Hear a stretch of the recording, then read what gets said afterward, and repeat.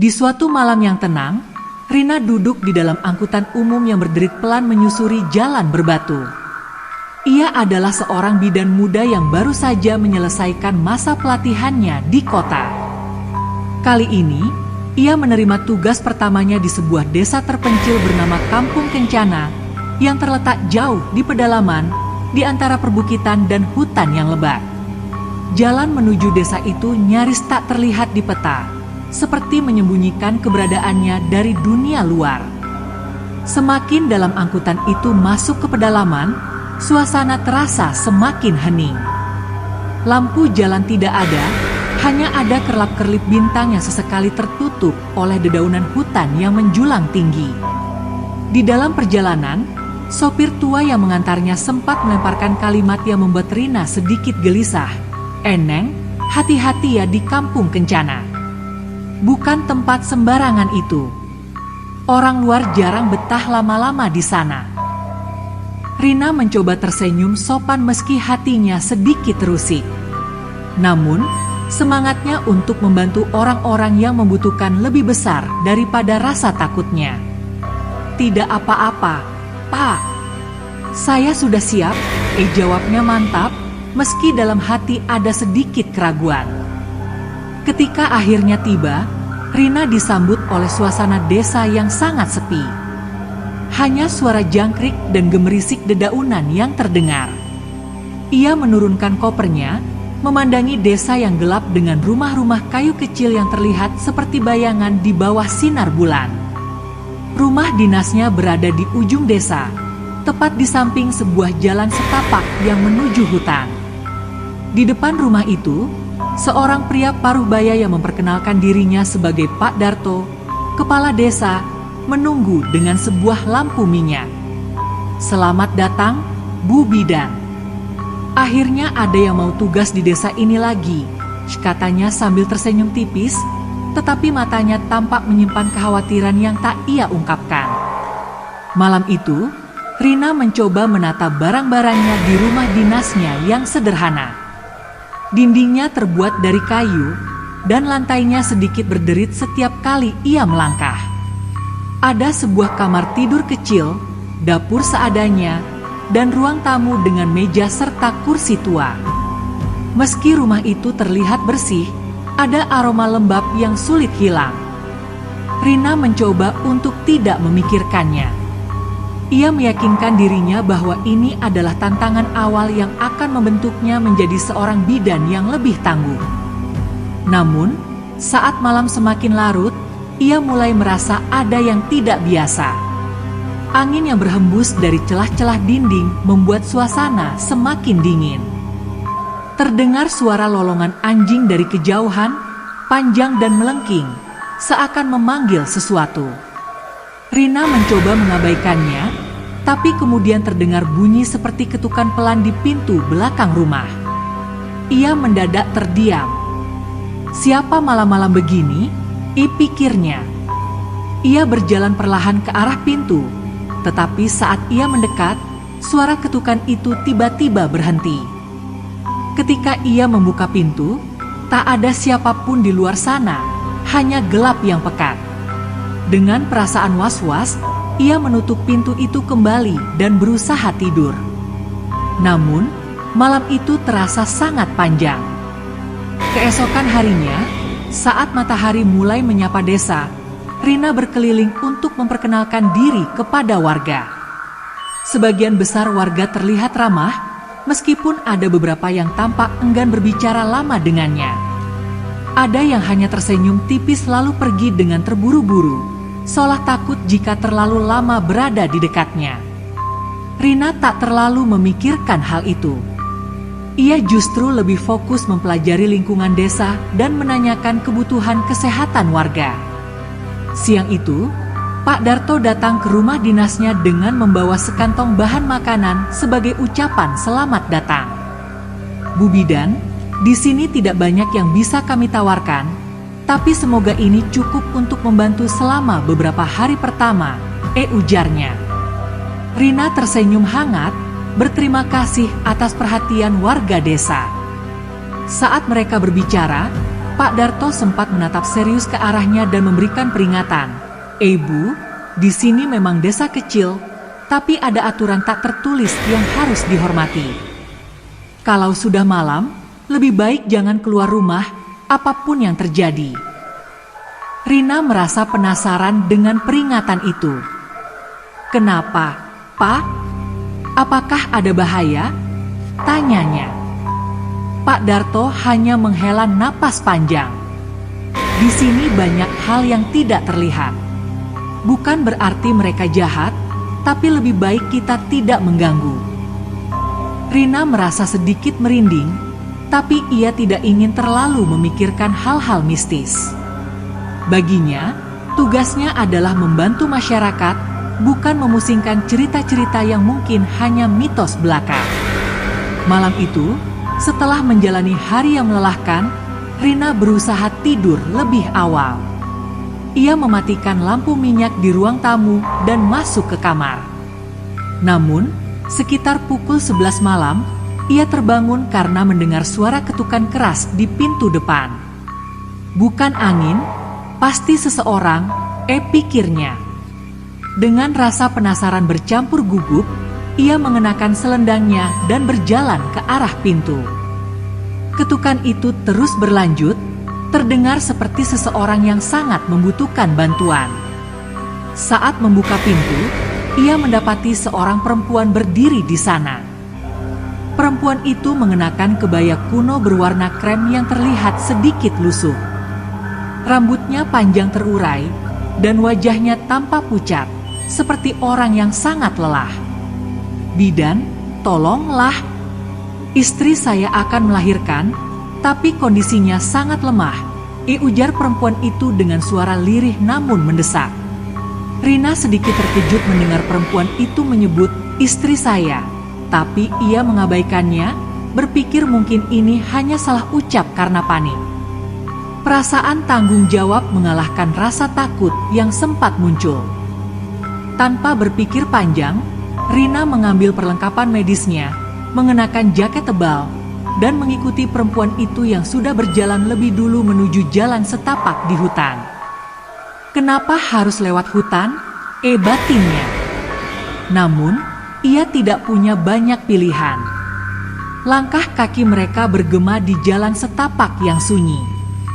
Cahaya bulan yang seharusnya menerangi malam seakan terserap oleh kegelapan hutan. Pohon-pohon tinggi di sekitar mereka menjulang seperti penjaga yang diam, menciptakan bayangan-bayangan aneh di tanah. Rina merasa hawa dingin menusuk kulitnya, meskipun ia sudah mengenakan jaket tebal. Perempuan di depannya berjalan dengan langkah cepat, tanpa menoleh sedikit pun. "Bu, jauh lagi tidak?" tanya Rina untuk memecah kesunyian, tapi perempuan itu hanya mengangguk pelan tanpa berhenti. Rina mulai merasa ada sesuatu yang aneh. Suara langkah kaki perempuan itu tidak terdengar meski ia berjalan di depan. Bahkan, tubuhnya tampak sedikit melayang, seperti tidak benar-benar menyentuh tanah. Rina mencoba menenangkan pikirannya, meyakinkan dirinya bahwa ini hanya efek dari rasa lelah dan ketegangan. Namun, semakin jauh mereka masuk ke dalam hutan, suasana menjadi semakin tidak wajar. Suara jangkrik dan burung malam yang sebelumnya menemani perjalanan mendadak lenyap. Yang tersisa hanyalah kesunyian yang menyesakan. Setelah berjalan sekitar 20 menit, mereka akhirnya tiba di sebuah rumah besar yang terlihat seperti peninggalan zaman kolonial. Rumah itu berdiri di tengah hutan dengan ukiran-ukiran indah di dinding kayunya. Namun, rumah itu tampak usang, seperti telah ditinggalkan bertahun-tahun. Rina merasa jantungnya berdegup kencang. "Ini rumah siapa?" tanyanya, tapi perempuan itu hanya menunjuk ke arah pintu depan, seolah memintanya untuk masuk tanpa penjelasan lebih lanjut. Dengan ragu, Rina melangkah ke dalam rumah itu. Suara derit lantai kayu menyambut setiap langkahnya, menambah kesan seram yang sudah memenuhi pikirannya. Aroma anyir bercampur harum bunga melati menyeruak di udara, membuatnya merasa mual. Ruangan di dalam rumah itu remang-remang, hanya diterangi lampu minyak yang tergantung di dinding. Di tengah ruang utama, terlihat seorang perempuan terbaring di atas ranjang tua yang dilapisi kain putih lusuh. Perut perempuan itu besar, jelas menunjukkan bahwa ia sedang hamil tua. Wajahnya pucat, dengan keringat membasahi seluruh tubuhnya. Napasnya tersengal-sengal, menandakan bahwa proses persalinan telah dimulai. Perempuan yang mengantarnya berdiri di sudut ruangan, memperhatikan tanpa berkata apa-apa. Rina menenangkan dirinya, mencoba mengabaikan keanehan suasana di sekitarnya. "Bu, saya bidan." "Tenang saja, saya akan membantu," ucap Rina lembut sambil mendekati pasiennya. Perempuan yang berbaring itu membuka mata, tatapannya penuh rasa sakit dan ketakutan. Rina segera memeriksa kondisinya. Ia menyadari bahwa persalinan ini akan sulit. Bayinya dalam posisi sungsang, dan kondisi ibunya sangat lemah. Rina mulai bekerja dengan cekatan, mempersiapkan semua perlengkapan yang ia bawa. Ia berbicara pelan kepada pasiennya, mencoba menenangkan sekaligus memberikan instruksi. "Tolong tarik napas dalam, ya, Bu. Kita harus bekerja sama agar bayi ini bisa lahir dengan selamat." Perempuan itu mencoba mengikuti arahan Rina meski tampak kesakitan luar biasa. Suara rintihan memenuhi ruangan, bercampur dengan gelegar halus angin malam yang sesekali terdengar dari luar. Sementara itu, perempuan yang tadi menjemput Rina berdiri tanpa bergerak, memperhatikan dari sudut ruangan. Wajahnya kaku, seolah tidak merasakan urgensi situasi ini. Hal itu membuat Rina merasa sedikit risih, tapi ia mengabaikannya. Fokusnya adalah menyelamatkan ibu dan bayi ini. Dengan penuh perjuangan, Rina akhirnya berhasil memposisikan bayi agar bisa lahir dengan selamat. "Ayo, Bu, sekali lagi. Dorong," serunya memberi semangat. Ketika akhirnya bayi itu lahir, tangisnya langsung memenuhi ruangan. Rina menghela napas lega, meski tubuhnya basah oleh keringat. Ia segera membersihkan bayi itu, memastikan semuanya dalam kondisi baik. Namun, di tengah kelegaannya, Rina merasakan sesuatu yang tidak biasa. Udara di ruangan itu mendadak terasa lebih dingin, dan suara tawa lirih yang tak wajar mulai terdengar dari sudut-sudut ruangan. Rina mengangkat wajah, matanya mencari sumber suara aneh itu. Tapi tidak ada siapapun di ruangan selain dirinya, bayi yang baru lahir, pasien yang masih lemah, dan perempuan yang tadi membawanya ke sini. Tawa itu terdengar semakin keras, seperti datang dari seluruh penjuru rumah. Perasaan merinding mulai menjalari tubuhnya. Apa yang sedang terjadi di sini? Pikirnya. Namun, ia berusaha mengesampingkan rasa takutnya dan tetap fokus pada tugasnya. Setelah memastikan bayi itu dalam kondisi sehat, Rina menyerahkannya kepada perempuan yang menjemputnya. Perempuan itu menerima bayi tersebut dengan ekspresi aneh yang sulit dijelaskan. "Terima kasih, Bidan. Kau telah membantu kami," ujarnya. Namun, suara perempuan itu terdengar berbeda. Lebih dalam, seperti bergema dari tempat yang jauh. Rina menatapnya dengan bingung, dan saat itulah ia menyadari sesuatu yang sangat mengerikan. Wajah perempuan itu perlahan berubah. Kulitnya yang tadi pucat menjadi kehijauan, matanya menjadi cekung, dan bibirnya menyeringai lebar hingga memperlihatkan gigi-gigi yang tajam. Rina terkejut dan mundur beberapa langkah. Tubuhnya bergetar hebat, tapi ia tidak mampu berteriak. Kakinya terasa berat, seperti tertahan oleh sesuatu yang tak terlihat. Perempuan itu berjalan mendekatinya sambil memegang bayi yang kini terbungkus kain putih. "Jangan takut, Bidan. Kami tidak akan mencelakanmu. Sebaliknya, Kami sangat berterima kasih atas pertolonganmu, katanya dengan nada yang menenangkan, tapi tetap menyeramkan. Dari balik kebaya lusuhnya, perempuan itu mengeluarkan sebuah bungkusan kain putih kecil. Ia menyerahkannya kepada Rina.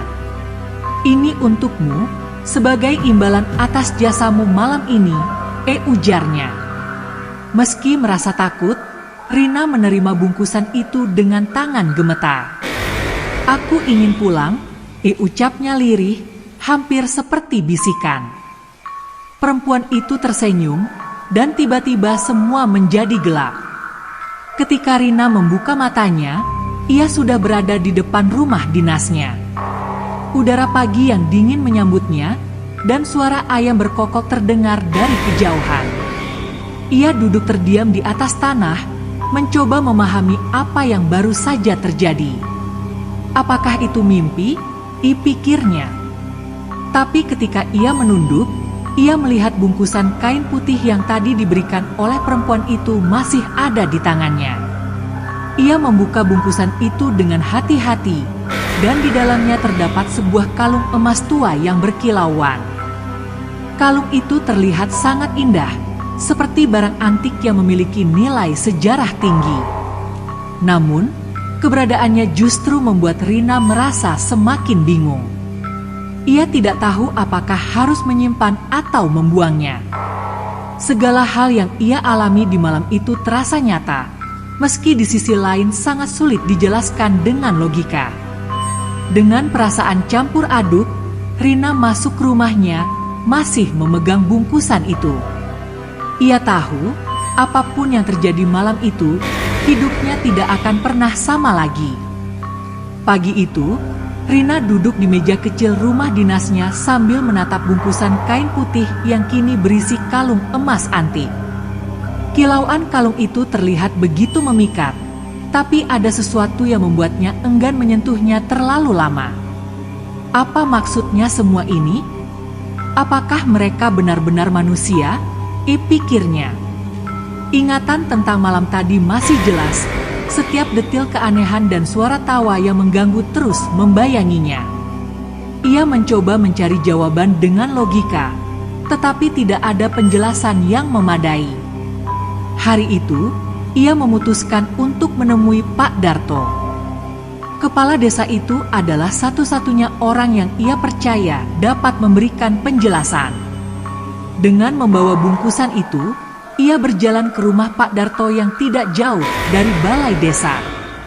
Saat tiba di sana, Pak Darto menyambutnya dengan ramah, tetapi raut wajahnya berubah begitu melihat bungkusan di tangan Rina. "Ada apa, Bu Bidan?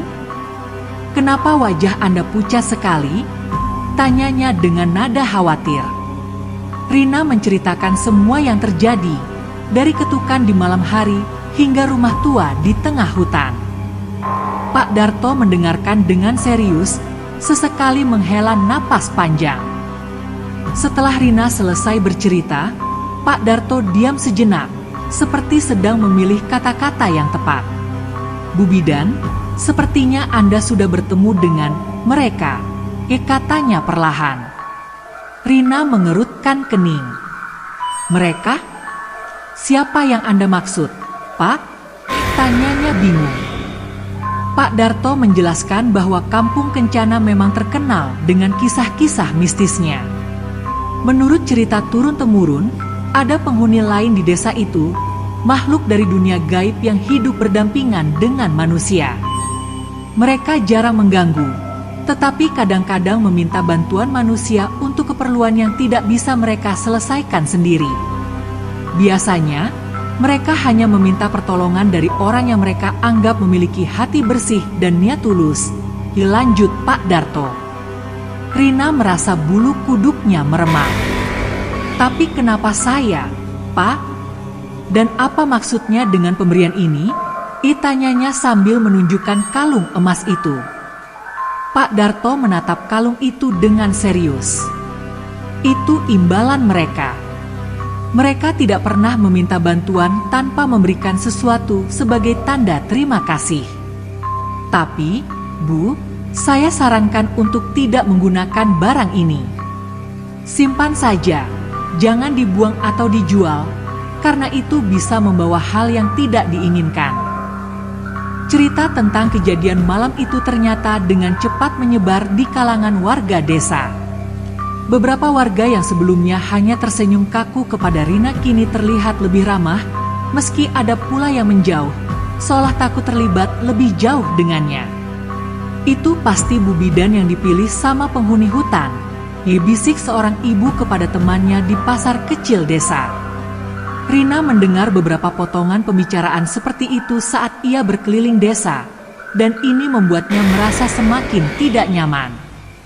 Namun, ada juga warga yang mulai mendatangi rumah dinasnya, meminta bantuan dengan keyakinan bahwa ia tidak hanya seorang bidan biasa, melainkan seseorang yang punya restu dari dunia lain. Bu Bidan, anak saya sudah lama sakit, tapi tak sembuh-sembuh. Bisakah Anda membantu? Tanya seorang bapak sambil membawa anaknya yang terlihat lemah. Rina bingung, karena ia merasa tidak memiliki kemampuan lebih selain keahliannya sebagai bidan. Tapi ia tidak ingin mengecewakan warga, jadi ia tetap membantu semampunya. Malam berikutnya, Rina kembali merasakan kehadiran sesuatu yang tidak wajar. Ia bermimpi berada di rumah tua di tengah hutan itu lagi. Dalam mimpinya, perempuan yang ia bantu melahirkan duduk di sebuah kursi, memandangi Rina dengan senyuman misterius. Kami berterima kasih, Bidan. Tapi bantuanmu belum selesai, ucapnya dengan suara yang menggema. Rina ingin bertanya apa maksudnya, tetapi tubuhnya terasa kaku, seperti terkunci. Perempuan itu kemudian memberikan isyarat dengan tangan, dan tiba-tiba Rina melihat bayangan-bayangan hitam bergerak di sekelilingnya. Suara bayi menangis terdengar, tapi suara itu berubah menjadi jeritan yang menyayat telinga. Rina terbangun dengan tubuh basah oleh keringat, napasnya tersengal-sengal. Apa ini artinya mereka akan datang lagi? Pikirnya panik. Ia berusaha menenangkan diri, tapi mimpi itu terlalu nyata untuk diabaikan. Tepat pada malam ketiga setelah kejadian itu, ketukan di pintu kembali terdengar. Kali ini lebih keras, seperti seseorang yang sangat mendesak. Rina merasa jantungnya berdetak lebih cepat. Ia mencoba mengingat peringatan Pak Darto agar tidak keluar rumah di malam hari, tetapi ia tidak bisa mengabaikan rasa tanggung jawabnya. Bagaimana jika ini warga yang membutuhkan bantuan? Pikirnya.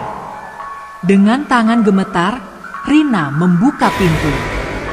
Namun, tidak ada siapapun di sana. Hanya udara malam yang dingin dan suara angin yang berbisik di antara pepohonan. Ia hampir menutup pintu ketika tiba-tiba seorang lelaki tua muncul dari kegelapan, mengenakan pakaian serba hitam. Wajahnya pucat, matanya cekung, tapi tatapannya penuh rasa hormat. Bidan, katanya dengan suara yang dalam, kami butuh bantuanmu lagi. Kali ini, nyawa seseorang sedang dipertaruhkan. Rina tertegun di ambang pintu, memandangi lelaki tua itu.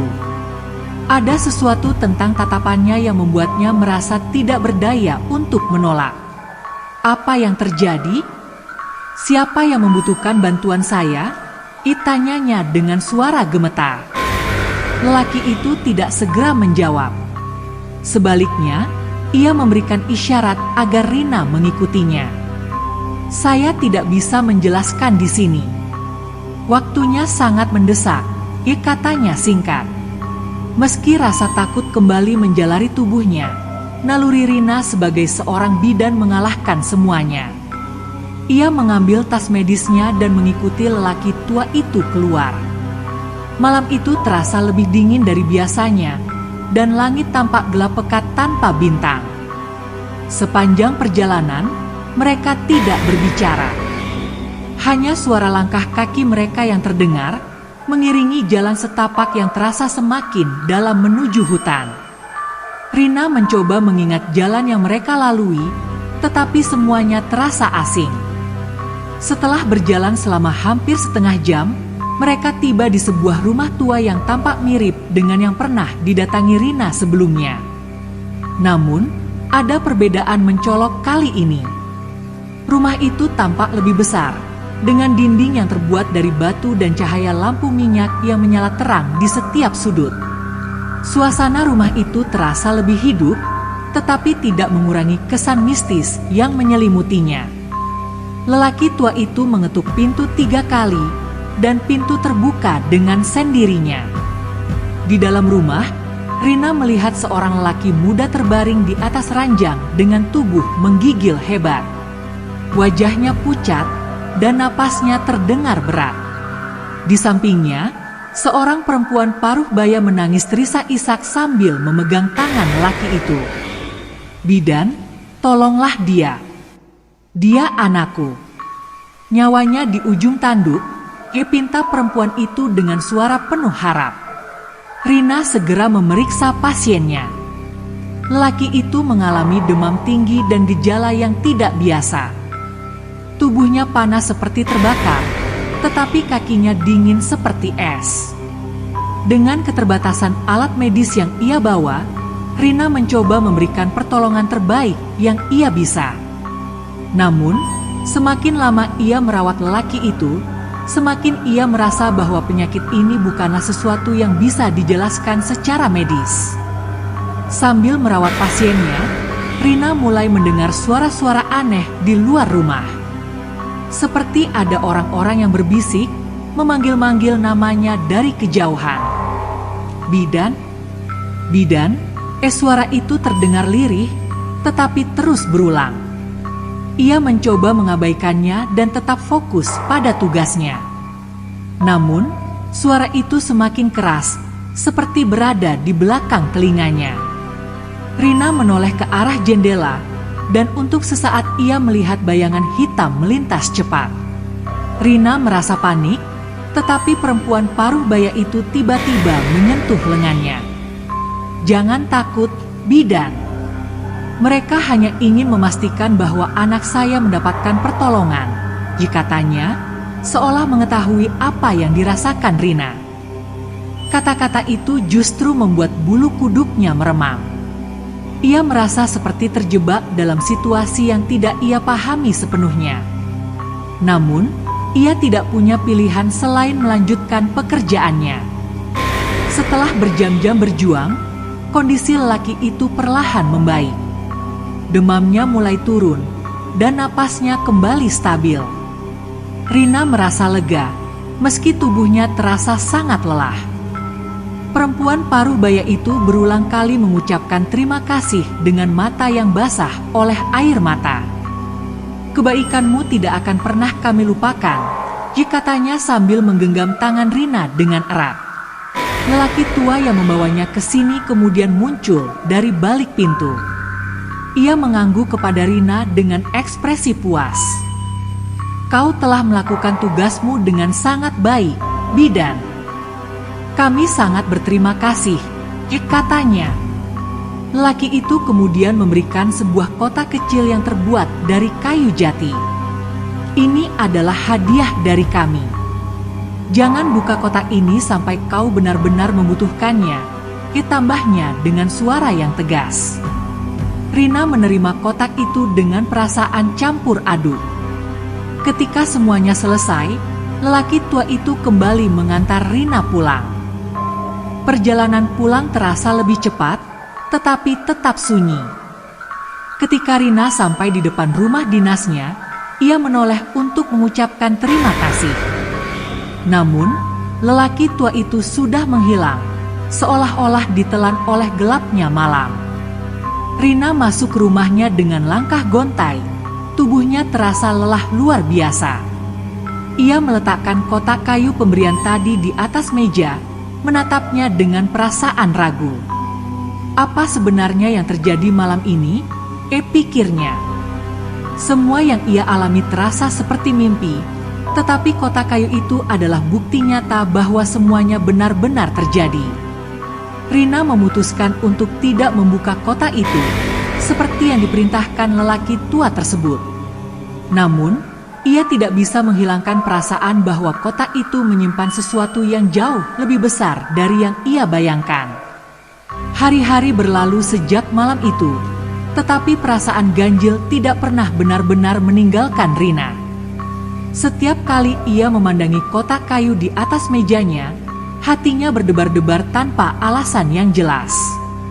Ia tidak pernah membuka kotak itu, tetapi keberadaannya seolah menjadi pengingat akan peristiwa aneh yang ia alami.